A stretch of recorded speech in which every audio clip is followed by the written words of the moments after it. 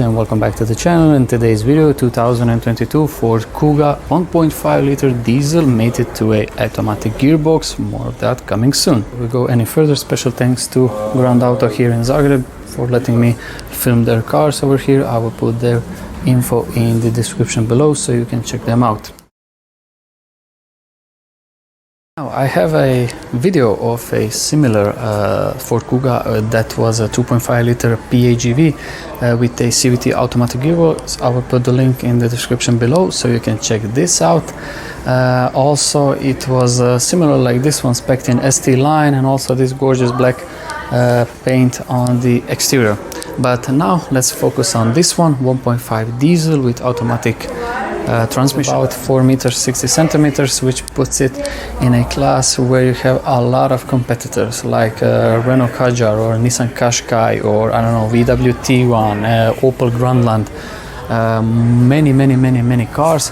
But yeah, this one is especially in this ST line a little bit more sporty looking with a black roof in the interior. You will see that later. And also with a 1.5 liter diesel engine. And let's go ahead and start the review from the front. I just have to point out that the hood is open. I will leave it like that.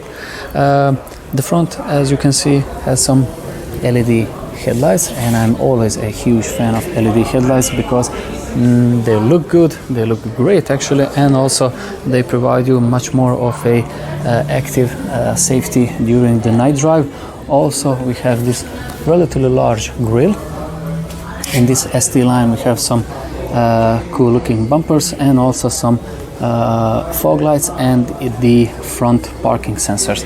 Now, moving from the side to the side, we have this again, this big headlights, and also we have here 18-inch alloy wheels, which I think they look great on this car. Also on this black paint, these dark gray rims or wheels look great. Eco Contact 6 tires, and I wouldn't go for any bigger dimensions. I think this one is more than enough for a sporty driving, I would say, but also comfort. And this ST line badge, which is very nice on this side profile. Also big mirrors, sneak peek on the inside, more of that later. As you can see, pretty big doors, and also great thing to see right from the beginning is that doors cover all the seals, so you won't have any problems with when it's raining or when the mud is on the exterior paint. We'll see this cool looking shark antenna, also this rear end, and again the rear doors are also pretty big. I would say maybe the same dimension as the front doors, which indicates that it will definitely be very nice to get in and out of vehicle. And moving now to the back, we have this again cool looking bumper. As you can see from this area, you have it a little bit sticking out, and also two exhaust tips, which is also very cool in these days. Now we also have this parking sensors rear, which is now very normal these days, but also we have here parking camera coming from the back. I'll open the boot. It opens manually, and something similar like we saw on that Mustang. I like how Ford got solution for this cover. I think it's a very easy, very simple, and easy to work with, and also it's very nice to see, and most important maybe that is easy to maintain and store later. Now, checking the boot space, I have to say that this rear bench can move front and in the back. This is something that I think we saw first time on the Renault Capture a couple of years ago. Also here is a shopping hook and also 12-volt socket over here, and like I said, 60-40 split. And I think that most of the families, most of the buyers of this car will be more than enough pleased with this size of boot and its usability. Now let's close it and let's go in the back.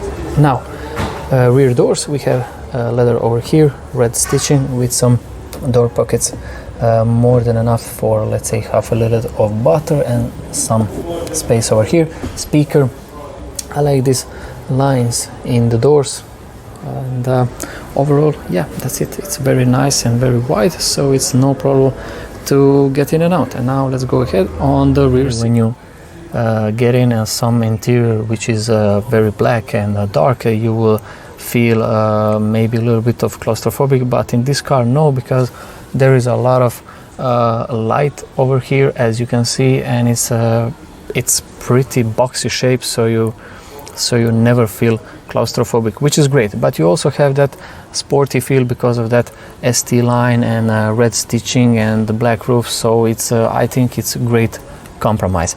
Now again, moving to the rear seats, you have air vents over there. We have a couple of USB ports over here, and yeah, that's it. We have again some nice red stitching, and let's go ahead and see the passenger seat on the front. This is sneak peek on the interior, and now let's go ahead and climb in.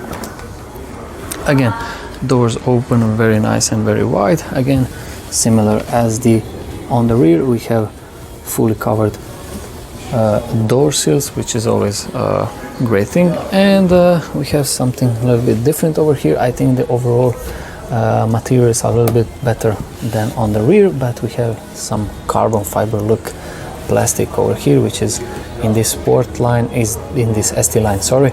And also we have very nice leather with some nice red stitching on the doors. Also one speaker and couple of I would say maybe 2.5 liter bottles can easily fit in, and some, I don't know, area for keys or something like that. And moving on inside, we have these manually adjustable seats, which look very nice, and also with this red stitching.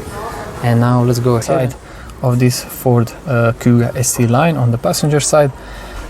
View out is very nice, I would say. You sit a little bit higher, which is normal for this type of vehicle, sorry.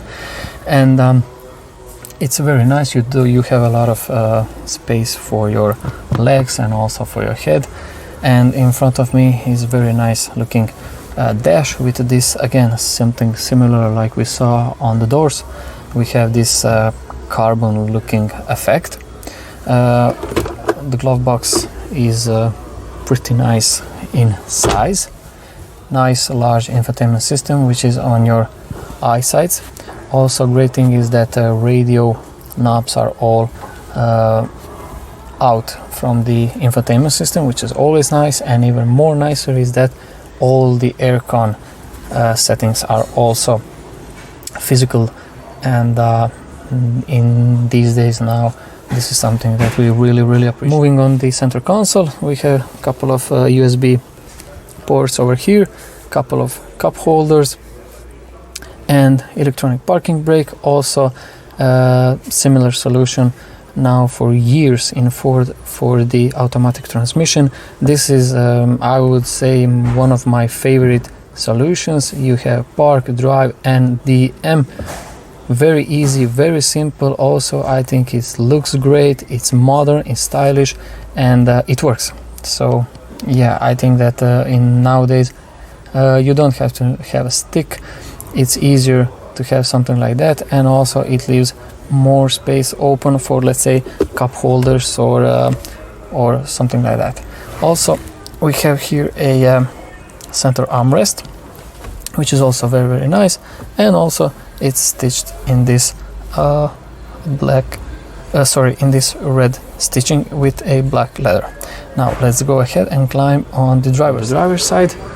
Sneak peek again of the interior, the door. Now the door is similar or identical to the passengers, which is absolutely normal. We have these buttons over here, we have our speaker over there. Also, I would say maybe 2 cup holders for maybe half a liter of bottle, and some area for the keys. Lock and lock. Also the adjustable seats manual, which is all okay. And also here we have air vent, and also all the buttons related for the lights. Now this is a quick look of the interior, and now let's go ahead and climb in. First, this center console and this infotainment. Now I will turn it on for a couple of seconds just so you guys can see it. I like the design because it is in your eyesight, so it's always nice to have infotainment system so you don't need to, you know, look down. And overall, the most beautiful thing in this interior for me is the steering wheel, which is very nice, very small, very nice leather with this flappy pedal gearbox behind it. And again, this red stitching is something very, very special, and I like it in this ST line. And overall, yeah, I think it's a very nice interior, and it's something that will definitely be a plus if you wanna go ahead and buy this vehicle. Also, we have digital instruments in front of us, and yeah, overall, let me know in the comments what you think about this interior, or do you prefer maybe VW Tiguan's or any?